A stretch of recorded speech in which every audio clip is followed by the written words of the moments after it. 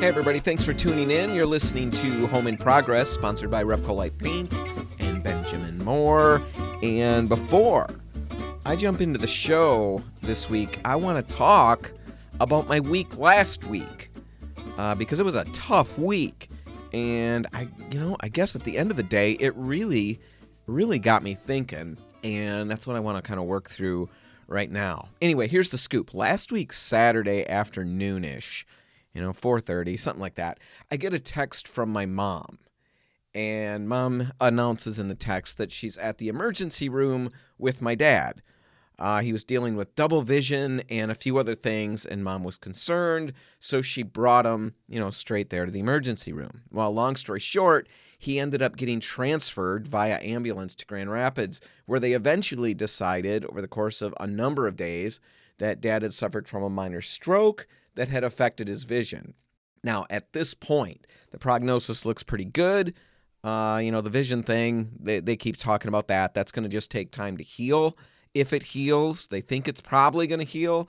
But if it doesn't, in order to deal with that double vision, he's going to have to wear an eye patch, and that'll take care of things. And I know that sounds bad, right? To most of you, you've got to wear an eye patch, for an extended period of time. None of us are going to like that. And you may feel some pity, but don't, at least so far.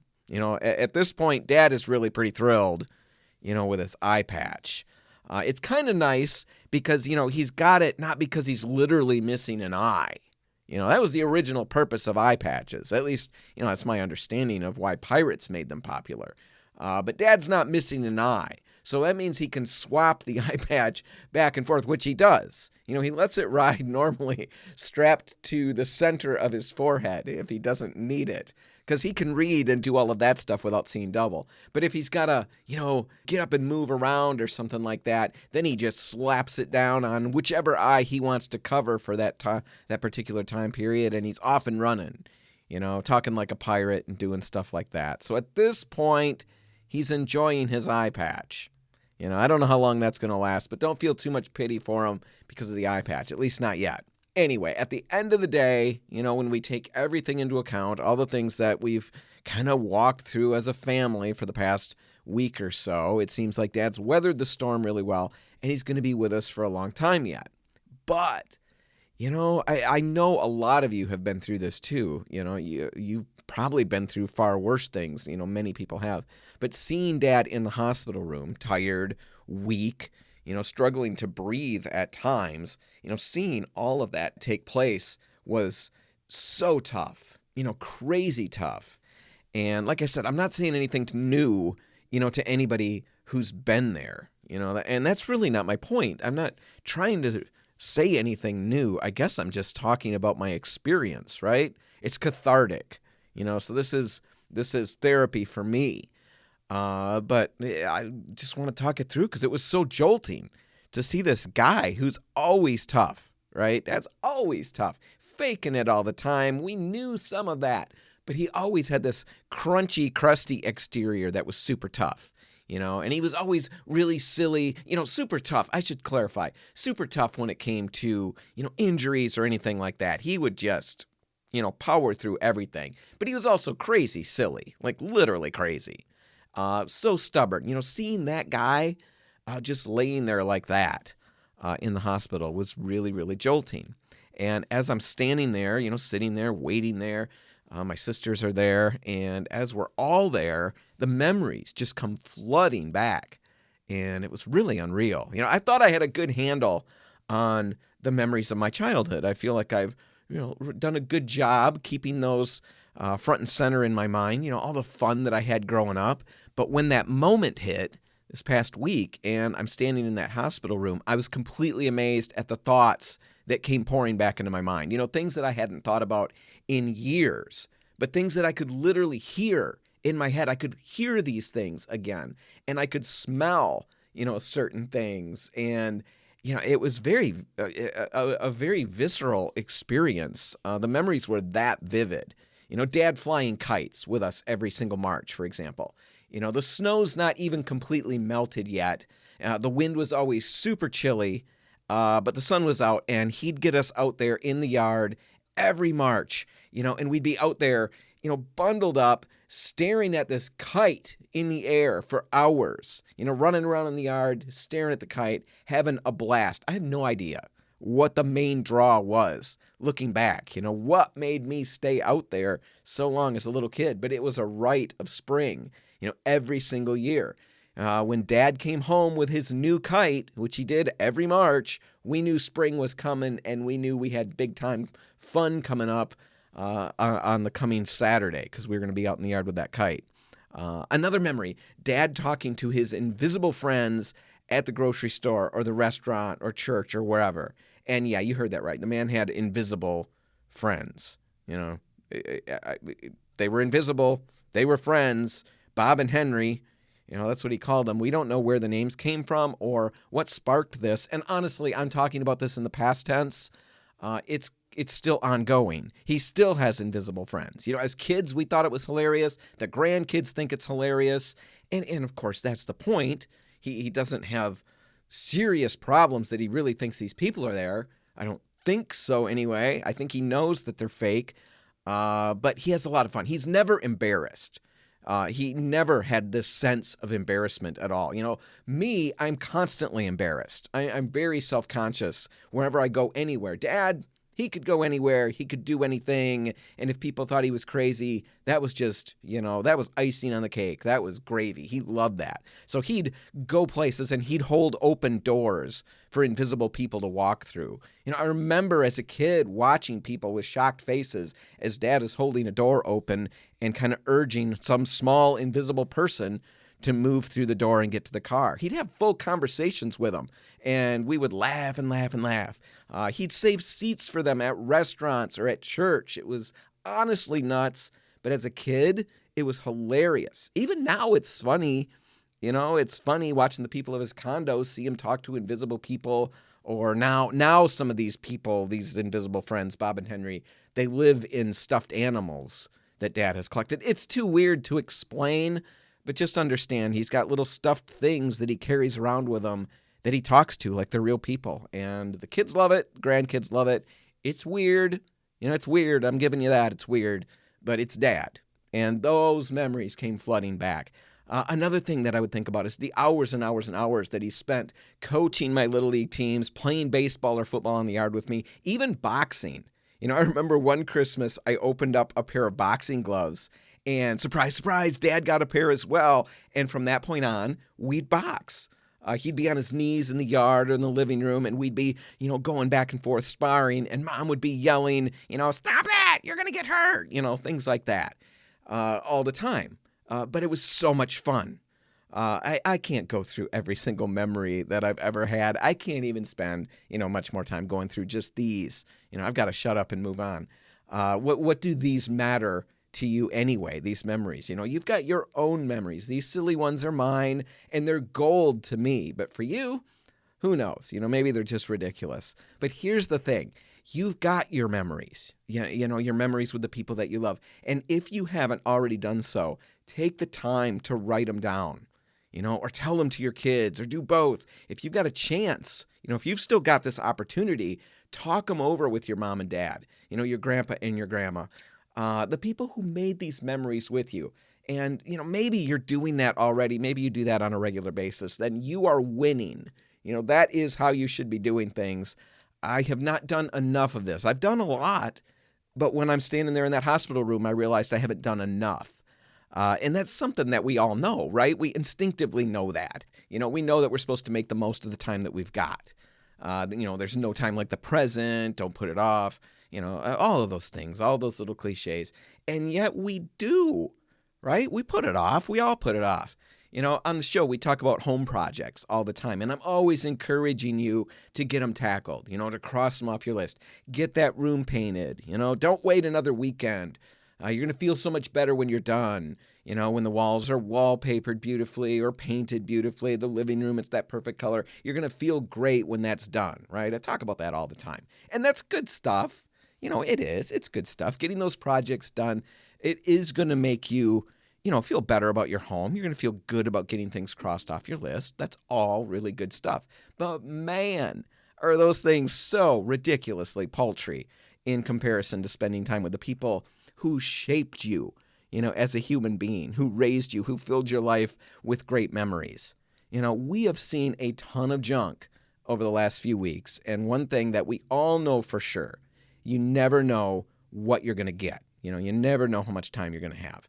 And when you're standing in a hospital room unexpectedly on a Saturday afternoon, you realize, no, I guess I can't speak for you. When I was standing in that hospital room unexpectedly on a Saturday afternoon, I realized what was important and what wasn't important. I realized how much time I've spent chasing things that don't matter, and how little time, when it's really all boiled down, how little time I poured into the things that really, really, really matter. Dad and Mom live 2 minutes from my house. 5 minutes, 10 minutes if I walk there, but I don't see them nearly enough. It's time for some changes. I've realized that, and I'm hoping I can come through on this, because it's easy to make these bold, resolutions, and then life is going to catch up. But I want to remember what I was feeling in that hospital room when things were a little dicey and we didn't know what we were going to have. Now we're looking at it, and now we've got more time and plenty of time and all of that. But there was a moment, at least a moment, where I didn't know what we had left. And I realized how much I just left on the table. And that was so dumb to not have spent more time, with Mom and Dad. So buckle up, Mom and Dad. I'm coming over a lot more. That's the plan. Maybe Dad and I can box. I don't know, just sit around wearing eye patches. We could talk like pirates. We can talk to invisible people. I have no idea what you guys are going to want to do, what's going to be fun. Maybe we can just have coffee and laugh about all the things that we did growing up. All the beauty that you gave us as kids growing up. Who knows what we're going to do, but we're going to do a lot more of it. All right. I'm sorry to go on and on about that. I hope some of that matters to some of you out there, but I needed to get it off my chest. I needed to think it through out loud. And over all the years that I've done this radio stuff, one of my favorite things has been to live out in the open in front of everybody. And I feel like if I learn something, I'm sure somebody out there is going to be grabbing some of what I'm saying and seeing some value in it. So hopefully you found some value in that. Let's take a break right now, and when we come back, I've got a lot of different things we're going to hit. At the end of the show, we'll be covering a listener question about a paint failure, a monumental paint failure in a bathroom. We're going to talk about what went wrong, how to fix it, and more importantly, how to avoid it in the first place. We'll do that. We'll also dig into bathroom fans, finding the right one for your space if you're looking for a new one, and how to know if the one that you currently have is doing the job that it needs to do. So we'll get to all of that. And coming up in just a little bit, we're going to be basically making some clarifications on something that I talked about last week, but was a little bit vague about. We're going to get to that right after this. Home in Progress is brought to you by Repco Light Paints and Benjamin Moore. People often think of paint as just another line item on the project supply list. But here's the thing. Everything you do, every hour of prep, every stroke of the brush, all comes down to the quality of the paint. The paint is the project. Make sure it's the best. All right, right now, I want to take a few minutes and clean up some untidiness from last week. Basically, I want to make some clarifications that I left a little vague on last episode, and y'all called me out on a couple of them, and you were right to do so. Okay, last week, we spent some time talking about stump removal, in your yard stump removal. How to speed up the why do I need to make that clarification? I don't know why my brain felt the need to make a clarification that I'm talking about removing stumps from your yard. Anyway, stump removal from your yard. We talked about speeding up the process with chemical removers and even Epsom salts. And that sparked some follow-up questions. So today I wanted to circle back and make a little more of a clarified, clear presentation on what I was getting at. All right, first off, let's look at the products that I talked about to chemically remove the stump. Most chemical stump removers, they're made with potassium nitrate, and that's pretty effective. It encourages microbial and fungal activity that helps break the wood down faster. Epsom salts, on the other hand, fall into a little bit of a gray area here. Technically they're magnesium sulfate, which plants actually need in small amounts, but when you use them in larger doses, they kind of create this salty environment that can dehydrate and weaken a stump. So yeah, they can help, they can help the process, but they really aren't going to work as quickly or as reliably as potassium nitrate, a chemical stump remover. Basically, you should think of Epsom salts as more of a slow assist rather than a magic bullet. So while the Epsom salt route isn't technically wrong, it's really not the best way to go. They're going to be slow, and they really should be a secondary or, a tertiary, a third option. They're going to be best for small stumps or for preventing regrowth, not full decomposition. So I wanted to clarify that. I didn't make that clear last week when I was talking. All right. Now let's deal with another question that came up that I like even better, because I really wish I had gotten into this last week. Here's the question. If I use stump removers, a chemical stump remover, am I ever going to be able to grow grass in that area ever again? If I use a chemical stump remover or Epsom salts, am I just salting the earth and it's never going to ever allow grass to grow there ever again? Well, the short answer is absolutely yes, you can grow grass there again. In fact, both of these chemicals actually break down into nutrients that the grass loves. Potassium nitrate, that becomes potassium and nitrogen, two key ingredients in most fertilizers. Epsom salts, that breaks down into magnesium and sulfur, which are also plant nutrients. So you're not poisoning the soil, you're just changing its chemistry. And you are adding more of these components, these nutrients, than you'd probably want in that space. So if you've done that, here's how to get grass growing again, if you've used either of these chemicals. First off, once the stump has softened and rotted down, shovel out as much of that decayed wood and sawdust as you can, right? We talked about that last week. Get it out of there. If you leave it, it's going to rob the nitrogen from the soil, and your grass is going to come in yellow and kind of weak. So clear it out and then backfill with fresh topsoil or a compost mix. Now, after you've done that, be sure to give the area a really good flush with water a few times over the course of a week. And that's going to help wash away salts and disperse some of the other chemicals that are there in higher concentrations than you'd really like when it comes time to get the grass growing. So flush it really well. And another step here, once you've done this flushing for a good week, is to test the soil. You can bring it away to different garden centers who will test it for you, or you can grab an inexpensive, DIY kit from a garden center or buy one online. And that'll give you a quick read on the pH levels and sometimes the nutrients, depends on which kit you get. For grass, you're usually aiming for a pH between 6 and 7. If it's off, the test kit's going to tell you how to adjust it, and that way you're not just guessing, before you reseed everything. So do all of that, and when you're ready to plant, loosen up the soil a few inches deep. Mix in a little compost and spread the grass seed in. I'd recommend using a starter fertilizer. That's probably a really good way to go. It's going to give the new grass an early boost. So do that, rake it in, cover it lightly with straw or peat moss or whatever, maybe even more topsoil, a little bit of that, and keep it watered, kind of like a wrung-out sponge. Not swampy, but just like a wrung-out sponge. And do that until the grass pops. Be patient. Depending on the season, you're usually going to see a full patch of grass within 2 to 3 months. And if the ground settles or things start to look thin, just add more soil and overseed. Now, there is one other option that I heard about, an organic approach that's worth mentioning to get rid of a stump, and that's to mound dirt right over the stump. Mound dirt over that thing, plant ground cover, and then let nature rot the stump out on its own. Now, that works too, but it's going to take a lot longer. Generally 2 to 5 years to make that happen. And you'll have to top off that soil as things break down, and you're going to have that bump, that little hump on the yard. It's less effort up front, but more patience is required, and you've got to tolerate that look for a while. So there you go, removing a stump. I think I covered all the things that I didn't say as clearly as I wish I had last week. I think I'm good. I'm going to let that one go and move on. All right, peeling paint in the bathroom. What's going on? How do you fix it? And how do you avoid it in the first place? We'll get to all of that right after this. Home in Progress is brought to you by Repco Light Paints and Benjamin Moore. Think about it. You spend hours prepping, sanding, taping, and then finally painting. Don't throw all that work away with an inferior product. The paint isn't just another supply. The paint is the project. Make sure it's the best.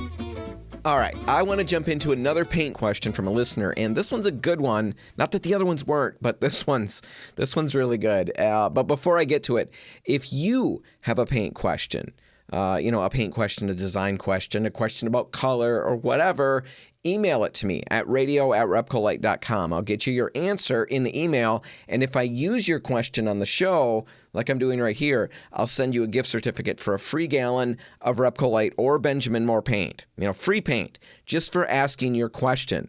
I won't use your name on the radio. I won't signal you out in any way. I won't put your picture up on social media. I'll just go over your situation and use it to help other people. We're using it to help other people who are in the same boat. So you can feel good about that, right? And you're going to get a free gallon of paint for your next project. So email your questions to radio@repcolite.com. All right, here's the question for today. A listener wrote in with the following situation. Quote, I painted my bathroom about 4 months ago, and I used Benjamin Moore paint in a satin finish. Now I'm dealing with a fair amount of paint that's peeling from the ceiling and the walls. What's going on, and how do I fix it? So after that initial email, we went back and forth for a little bit so I could gather a little more information. And after doing that, here are some additional facts to help make the situation clearer. First off, the previous paint that the listener painted over was a finish on the shinier side of things, a satin, maybe even a semi-gloss. So keep that in the back of your mind. The customer has a bathroom fan installed, but it's a little on the older side. So keep that in mind. And then finally, the customer wiped the walls down with a damp rag before painting to remove cobwebs and the like. But that was about it for the prep work. All right, that's the background. And it's honestly a pretty common situation and setup. And here's what's likely going on in this particular situation. When you're talking about paint peeling, the first thing, especially in a bathroom, the first thing that you're probably going to run into if you Google around is the suggestion that there was a moisture problem. And that's definitely a possibility. In this case, I think it's part of the problem, but it's definitely not the whole thing. Bathrooms are incredibly high moisture situations, and having a bathroom fan that's the correct size for your space and that's working well is critical. It's going to move moisture out after showers, and it's going to go a long ways towards preventing moisture issues like peeling and the growth of mold and mildew down the road. So the bathroom fan, that's really important. Now, to make sure that you've got the right-sized bathroom fan, there's a little math you can do. And I'll put this in the show notes if you need to revisit it a little bit later. But all you need to do is take the length times the width times the height of your bathroom and multiply by 0.13. Okay, length times width times height, and then multiply that total by 0.13. So 0.13. What in the world is up with that number? It seems really random, right? Well, it's not as random as it seems. It's a conversion factor that turns the room's cubic feet into the amount of airflow that you're going to need. So basically, when you do that length times width times height and then take that total and multiply it by 0.13, you're really coming up with the answer to how many cubic feet per minute, CFMs, does it take to replace the air in this bathroom about 8 times each hour. All right, that's what you're getting with that number. I could explain the math that gets you to the 0.13, but does anybody at this point really want to know? No. The answer to that is no. Nobody wants to know the math that gets you there. Just multiply the length times the width times the height of your bathroom, get that total, and multiply that by 0.13, and you're going to know the minimum CFM, cubic feet per minute size, fan that you need for your bathroom. All right, so make sure if you're getting a new fan that you pick out the right-sized fan. And there is another quicker way. That's for a bigger bathroom or a complicated bathroom. If you've got a small bathroom that's really straightforward, 8-foot ceilings, and it's under 100 square feet, basically just figure whatever the square footage is of that bathroom space, get a fan that will move that much air. So if you've got a bathroom that's 80 square foot, you're going to need an 80 CFM fan. That's the simple method if it's 100 square feet or less and the ceilings are 8 foot.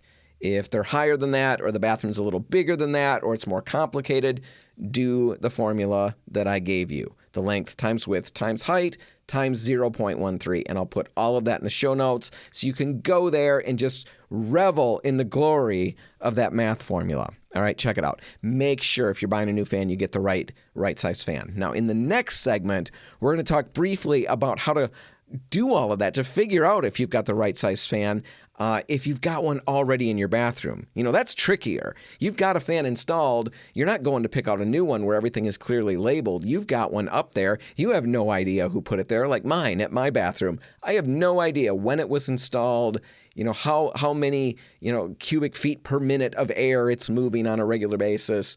I don't even know if it's working very well, all right? If that's your situation, next segment, we'll talk about how you figure out if that fan is suitable for your space, all right? We'll do that in a minute. Get the fan figured out, right? That's important. It's also essential that you run the fan the right amount of time, right? Having the fan is one thing. Running it is another. And that sounds really stupid, but if you've got kids, you know it doesn't always get run. So make sure you're running it, but also make sure that you're running it the right amount of time. And the rule of thumb on this is to run it for about 15 to 20 minutes after you turn off the shower. The tendency is to want to turn it off right away, right? We want to conserve energy and all of that. But the energy you're conserving, the savings that you're getting, you're definitely losing that by just leaving that moisture in the room. That the damage that could do to your walls or whatever that could cause, it's worse to have that moisture than to pay that little bit of extra to run the fan a little bit longer. So run it 15 to 20 minutes after the shower, and that should evacuate most of the moisture from the room. It's also good practice, of course, to open the bathroom door as soon as possible after showering. That's going to help get that moisture out as well. All right, that's one piece of this peeling paint puzzle. And skipping those steps is definitely going to lead to issues down the road. Surfactant leaching, mildew, mold, things like that, and even peeling. So get the right bathroom fan, run it the right amount of time, all of that. That'll help. In this instance, while that's part of the problem, I'm almost certain that the bigger cause for all of this peeling is really prep work, or the lack of prep work is probably the better way to say it. Bathroom walls have seen things. I mean, think about it. They've seen things, right? Think about your bathroom walls for just a minute. Imagine what they've encountered in their, time with you. Soap scum, hairspray, residues from all kinds of different cleaners, dirt, grime. The bathroom walls, they see pretty much everything. And if that isn't cleaned off well, all of those surface contaminants end up really kind of forming a barrier that prevents your new paint from bonding to that previous coating. So you always need to clean those walls, and you need to clean them well. Not just wipe them down with a damp rag, which is what the person who emailed me really just did. All they did was wipe it down with a damp rag. That's better than nothing, but it's not good enough for this situation. So use a good degreaser like TSP, trisodium phosphate, or a TSP substitute. That will work as well. You could use Crud Cutter. You could use Spray 9, even Dawn dish soap. All of those will work well as cleaners. So wash the walls down well. And in a bathroom situation, personally, I'd lean towards using a Scotch-Brite pad on the walls. One of those little green scrubby pads that you use for dishes. Get a Scotch-Brite pad. We sell them at Repcolite, and use that to really scrub and cut through the residue on the walls. Once you've done all of that, rinse everything with clean water so you're not leaving any of the cleaner behind. All right. Once that's done, there's another step that you need to consider. If you remember back to the background info that I threw out there, the listener said the previous paint, the coating that they were painting over, they said that paint was relatively shiny. They thought it was maybe a satin sheen, maybe even a semi-gloss. And that's pretty common in a bathroom. People will generally use a shinier paint on that surface because of moisture. It resists moisture better than a flat finish would or a matte, although I do have a product I'm going to recommend at the end of this segment that's a matte finish that will resist moisture better than anything out there. So we'll get to that. But typically, a flat or a matte is going to absorb moisture more so than a satin sheen or a semi-gloss.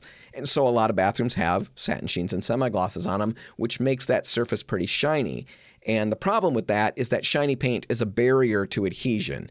If you're painting over a shinier finish, if that's what's on the walls, you don't just wipe them clean. You clean them like we talked about, but then you need to scuff sand them to dull them down so that your new paint has something to grip into. And I'd recommend going over the walls with a 180 to 220 grit sandpaper and do a good scuff sanding. And do that scuff sanding, I just hinted at it, but you do it after you cleaned.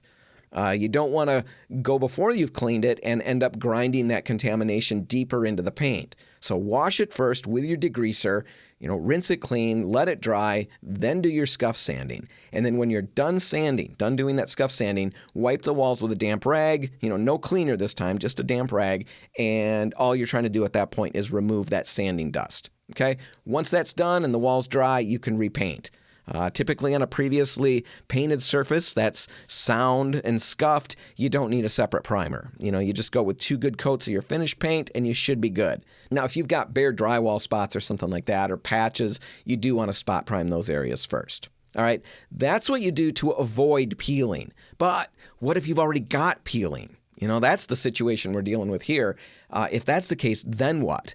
Well, it's not pretty. I really wish there was a great, easy answer to this, but there isn't. It's not pretty. If you're in this situation, really what you need to do is carefully scrape so you don't damage the wallboard, but carefully scrape all the loose paint from the walls and the ceiling.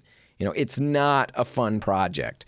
There will be, though, some big wins after a while, and it will get to be like a little bit fun as you're going. You'll be in there going for maybe an hour or two, scraping off little pieces. That's usually how it works. And then all of a sudden, you're going to start working loose, a piece that's not breaking up like the other ones did. It's kind of big, and you're going to get all excited, and you're going to be working at it, trying to get this big piece off, and soon it's going to be as big as like a tea saucer or something like that. And then you get it to the size where it's a dinner plate before it finally breaks off. And it's happened to me, and let me tell you, when that happens, I snatch it up off the floor. I'm holding it up next to me like it's a fish that I just caught, and it's like I want my picture taken with it. I'm showing it off to everybody in the room. Look what I just got off the wall, and then everybody is trying for a bigger piece, right? So that moment happens, and as stupid as it sounds, and you may not believe me, but make a mental note. It's going to happen. If you're in this situation, it will happen. And just be glad that it does. Because it's little things like this that keep you sane during this whole scraping process. So scrape off all the loose paint that you can get, and don't expect to get everything off. Most likely you're going to remove large sections of the paint, but then you're going to find other sections where the paint is bonded really well. Now, the main thing here is to make sure that whatever paint you leave on the surface, make sure it's really stuck down well. That's critical. If you don't do that and don't make sure that it's stuck down well before you paint over it, there's a really good chance that when you roll your new paint over it, even just the surface tension of that new paint drying can start to pull that other paint loose. And that is incredibly disheartening. I've been there. You don't want to be there. So take the time to make sure that whatever paint you leave on the wall or the ceiling, make sure it's really stuck down well. Now, once you've removed everything that's loose, wash the walls down with a degreaser, like I mentioned earlier, TSP, Crud Cutter, Dawn, and then give the walls a good rinse. Then if the surfaces are shiny, you still need to do that scuff sanding. And while you're sanding, spend extra time feathering the edges where the peeled paint meets the paint that didn't come off. Smooth those transitions so they won't telegraph through your finish. Now, once you've done all of that, wipe the walls down with a damp rag and let them dry. And when they're dry, go ahead and top coat with your new finish paint. And one last thing, if you're painting in a bathroom, there's one single product that you should be thinking about using, Aura Bath and Spa from Benjamin Moore. Now, I talked about a matte finish earlier. That's like a miracle product. It resists moisture better than pretty much any other product out there. It's this one, Aura Bath and Spa from Benjamin Moore. Like I said, it comes in a matte finish, so you get a beautiful, beautiful look. But like I said, it resists moisture, better than anything else out there. It's as close to a silver bullet as you're going to find for a bathroom. There's no reason to do all that prep and then use a lesser paint. Do the work and then finish with the best thing that you can buy, and that's Aura Bath and Spa. All right, that's what's going on with some peeling paint in a bathroom and how to fix it. Remember, if you've got a paint or design question and you'd like an answer and a free gallon of Benjamin Moore or Repcolite paint, just email your question to radio@repcolite.com, and if I use it on the air, I'll send you a gift certificate for a free gallon of paint.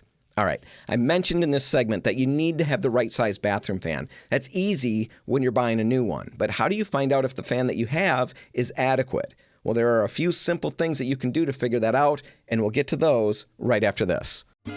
You're listening to Home in Progress, where the projects are real, the mistakes, they're educational, sometimes painful, mostly educational, and the only thing more stubborn than that old wallpaper on your bathroom wall is your determination to get it fixed. Proudly sponsored by Repcolite Paints and Benjamin Moore. Paint with a purpose, people who care, and everything you need to get the job done right. All right, last segment, I answered a listener question about fixing a peeling paint problem in a bathroom. And in that segment, I mentioned how important it is to have a bathroom fan that's suitable for the size of your room. And in all my brilliance, all my sheer and utter brilliance, I gave you the formula so you can crank out that math and figure it out. In case you've forgotten, here's a quick reminder. Take the length times the width times the height of the room and then multiply that total by 0.13. That's going to give you the minimum CFM, the minimum cubic feet per minute of air that your fan should be able to move. Now, if you're buying a brand new fan, that's pretty easy. Just go out and pick one that's rated for that number. But what if you've already got a fan in place? How do you know if it's adequate, if it's functioning well, for your space? Well, there are a couple of really, super simple tests that you can perform that will help you get a handle on what's going on and how well your fan is doing. First off, let's figure out if it's the right size for your space. And a simple way to do this is to do this. Just when you take a hot shower, when the fan's running, how long does it take for the room and the mirror to clear once you turn the water off? Now, it shouldn't take terribly long. Keep the door closed for this particular test, but run the shower, run it hot for the normal amount of time, and then once you shut it off, see once how long it takes for everything to clear up. If you're still in a bit of a fog, 15, maybe 20 minutes later, then the fan isn't performing adequately. It's either too small for the space or it's not working well. Now, to figure out which of these two is going on, there's another test you can run. And it's not terribly scientific, but it will work. It's the tissue paper test. Just hold a square of toilet paper up to the grill with the fan running. If it's drawn firmly against the cover, then the fan's moving air adequately. If it doesn't stay in place and falls to the ground, then the fan's not performing adequately. It's probably tired and needs to be replaced, or there's a ductwork problem. We'll get to that in a minute. If it is performing adequately, if it does keep that toilet paper, that tissue paper stuck to the grill, but it didn't clear the room out in about 15 minutes or so, then it's probably the wrong size fan for the bathroom, or, once again, it could be a ductwork problem. All right, now to figure this out, I know this is complicated, but you can go back and check the show notes. You can go back and listen to this again so you can work through the troubleshooting. But to figure this out, to figure out whether it's the fan is too small or whether it's a ductwork problem, you got to start by figuring out, what size fan you actually have in the space. And to do that, turn the power off to the fan and then gently pull the grill down an inch or two. Reach behind it at that point and then squeeze these two little spring clips that you'll find on either side of it and squeeze those together and you should be able to remove the cover. Once it's off, look for a data label. On most fans, it's going to be right on the motor plate or the power unit mounting plate, something like that. Sometimes it's on, the inside perimeter of the housing, so look there. And once in a while, you'll find it stamped into the metal. Now, if you've got attic access, you may even see a label on top of the housing. Now, that sticker is usually going to show you the model number and the CFM rating. If all you can find is a model number, just jot it down and then look up the specs later. The internet is there, and it will help you. It'll help you get the CFM rating from the manufacturer's page. Now, once you've got that figured out, you just need to compare it to the size fan you need. If the numbers look okay and the fan is relatively new and it's not just tiring out, there's one more thing to check, and that's the ductwork. Now, it may be surprising, but the ductwork can actually make or break a fan's performance. Every bend in the ductwork steals power from your fan. To keep it simple for the radio, think of each 90-degree elbow as adding about 5 extra feet that the fan has to push through. So a 15-foot run with 2 90-degree bends is basically like 25 feet or so for your fan. Now, how much your fan can handle depends on both its CFM rating and your duct size. With typical residential fans, say 80 to 110 CFM, once you get beyond the 25 to 30 feet of length on a 4-inch duct, you're going to start seeing noticeable performance drops. For example, your fan might be rated for, let's say, 100 CFM, but you could end up with only 70 or 80 CFM actually moving through the system, depending on the length of the duct and, let's say it's a 4-inch duct. If you were running with a 6-inch duct for that exact same length, the performance is going to increase. And maybe that's a little bit surprising, but it's really like the difference between drinking through, a coffee stirrer versus a regular straw, right? The wider opening lets things flow easier. A 6-inch duct is going to let air move slower and with less effort than cramming it through a 4-inch duct. So if you've got a long run or several bends, if possible, step up to 6-inch ductwork. Even if your fan has a 4-inch outlet, transitioning immediately to 6-inch for the rest of the run still helps. All right, it's a ton of info, I know that, but it's all something to look into if your bathroom fan isn't performing. And if you missed any of it, remember you can catch this episode and all our past episodes at repcolite.com. Check it out. All right, that's going to do it. Remember to check out our blog for more info on many of the topics that we cover in the show. So you can get a lot more stuff there. And don't forget, if you'd like a chance for a free gallon of Benjamin Moore or Repcolite paint, a free gallon, you pick what you want. A free gallon of paint. If you'd like a chance at that, all you need to do is send me a paint or design question. Email it to radio@repcolite.com, and if I use it on the air, I'll send you a gift certificate for a free gallon of your choice. Any Benjamin Moore or Repcolite product. Remember, you can subscribe to the podcast, and you absolutely should. You'll be way happier when you do. So subscribe to the podcast wherever you get your podcasts. And if you do have time, and if you do enjoy the show, leave us a review. Spread the word. It really helps us, take the show to new people, helps new people find it. I'd really appreciate it if you'd leave a review and subscribe to the show. All right, have a great week, everybody, and I'll see you next time. I'm Dan Hansen. Thanks for listening.